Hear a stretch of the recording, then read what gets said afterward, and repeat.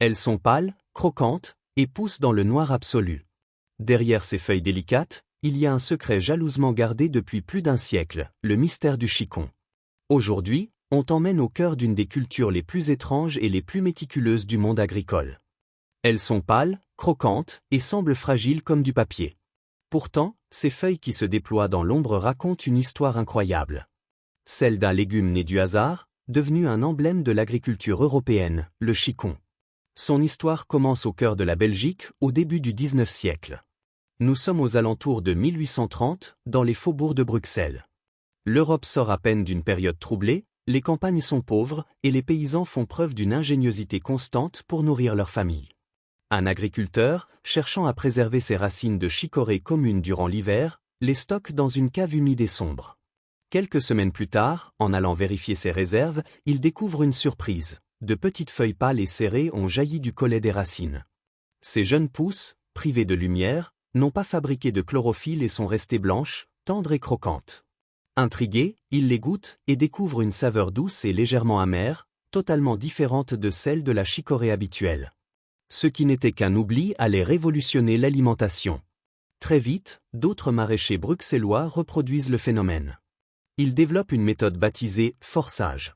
Placer volontairement les racines de chicorée dans l'obscurité pour déclencher cette seconde pousse. Le succès est immédiat. À une époque où les légumes frais sont rares en hiver, ces feuilles croquantes deviennent un produit recherché sur les marchés. Dans les décennies suivantes, la culture du chicon se perfectionne. Les maraîchers apprennent à sélectionner les meilleures variétés de chicorée pour produire des racines épaisses et riches en réserves. Ils développent des caves spécifiques où l'humidité, la température et l'absence totale de lumière sont minutieusement contrôlées. Dès les années 1850, Bruxelles devient le centre de cette nouvelle production. Les faubourgs se couvrent de petites exploitations où chaque famille cultive ses propres chicons. Le savoir-faire se transmet de génération en génération, jalousement gardé. Le chicon devient un symbole de l'hiver belge.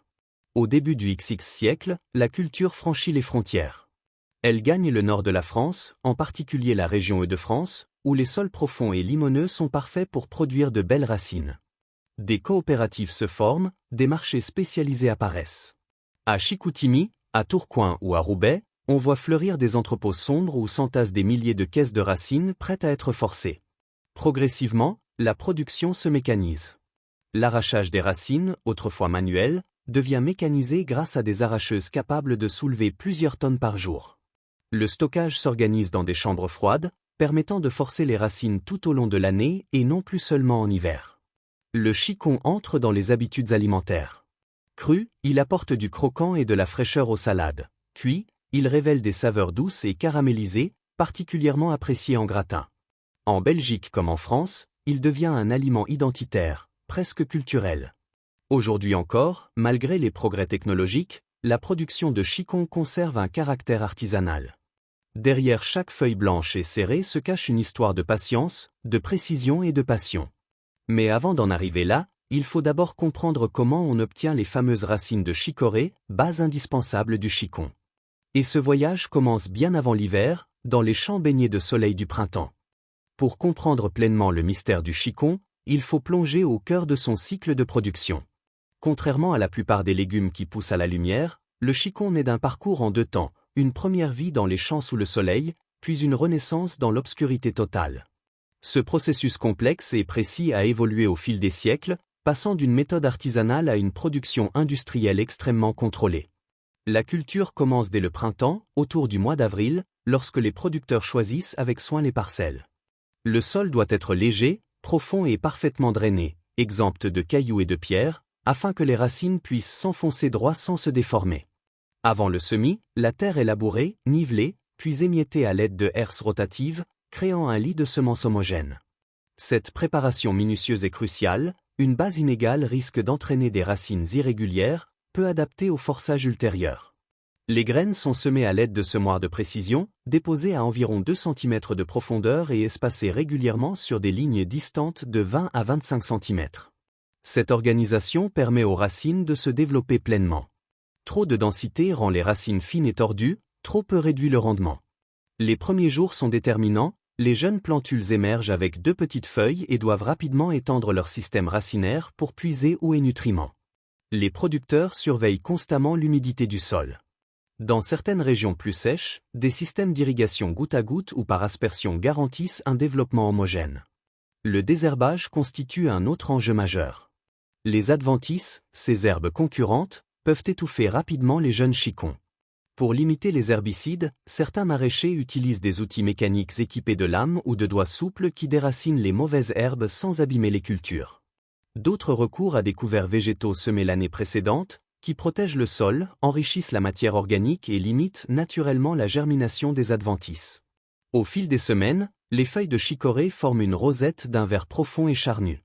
Mais la véritable richesse de la plante se cache sous terre. Au fil de l'été, les racines s'allongent et s'épaississent, accumulant de l'inuline, un sucre naturel qui servira de carburant pour la croissance des feuilles dans l'obscurité. La densité, la profondeur et la santé des racines détermineront la qualité finale des chicons. Certaines exploitations font même analyser leur sol pour ajuster fertilisation et irrigation afin de maximiser la réserve en inuline. Vers la fin octobre, les jours raccourcissent et les feuilles commencent à jaunir, le cycle en plein champ touche à sa fin. C'est le moment de la récolte, une opération spectaculaire. De puissantes arracheuses tractées pénètrent dans les parcelles. À l'avant, des lames soulèvent délicatement la terre, des rouleaux pincent les collets, puis des convoyeurs déposent les racines sur une plateforme arrière. Ces machines avancent lentement, environ 2 km par heure, mais elles peuvent extraire plus de 30 tonnes de racines par hectare en une seule journée, là où la récolte manuelle aurait nécessité des dizaines de bras pendant plusieurs jours. Après l'extraction, les racines sont décapitées, les feuilles sont coupées pour ne garder que le collet et la racine. Les racines sont ensuite triées, les plus droites et régulières iront au forçage, tandis que les plus petites ou fourchues seront destinées à l'industrie. Le tri est crucial, car seules des racines de calibre homogène donneront des chicons uniformes, à la texture croquante et aux feuilles blanches. Le stockage constitue l'étape suivante. Les racines sélectionnées sont placées dans des chambres froides à 0,1 degré C, dans une atmosphère saturée d'humidité.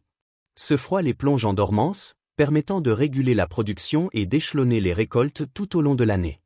Ainsi, des racines arrachées en octobre peuvent être forcées en mars ou avril, garantissant un approvisionnement continu dans les marchés européens. La phase du forçage, véritable cœur du mystère du chicon, commence lorsque le producteur décide que les racines sont prêtes. Elles sont installées verticalement dans des bacs remplis de substrats humides ou placées en hydroponie, dans des salles totalement obscures. La température est maintenue autour de 18 degrés Celsius et l'humidité dépasse 95%. Privées de lumière, les feuilles restent blanches, tendres et croquantes, poussant uniquement grâce à l'énergie accumulée dans la racine. Aucun engrais ni pesticide n'est nécessaire. Les racines sont serrées dans les bacs comme des crayons dans un pot, ou traversées par une fine lame d'eau enrichie en oxygène dans la méthode hydroponique. Cette technique permet un contrôle précis de l'humidité, réduit les maladies et évite le contact avec la terre, simplifiant le nettoyage. Pendant 3 à 4 semaines, les bourgeons s'allongent lentement, formant des feuilles de 12 à 20 cm. Chaque détail compte, une variation de température de quelques degrés, une baisse d'humidité ou une infiltration de lumière peut compromettre la qualité. Des feuilles verdiront et deviendront amères, rendant le lot invendable. Lorsque les chicons atteignent leur taille optimale, la récolte commence. Malgré toute la technologie, cette étape reste presque entièrement manuelle. Les ouvriers coupent les racines à la base, retirent les feuilles abîmées et rangent les spécimens parfaits dans des cajots. Chaque geste est précis, une pression trop forte ou un choc peut réduire leur durée de conservation.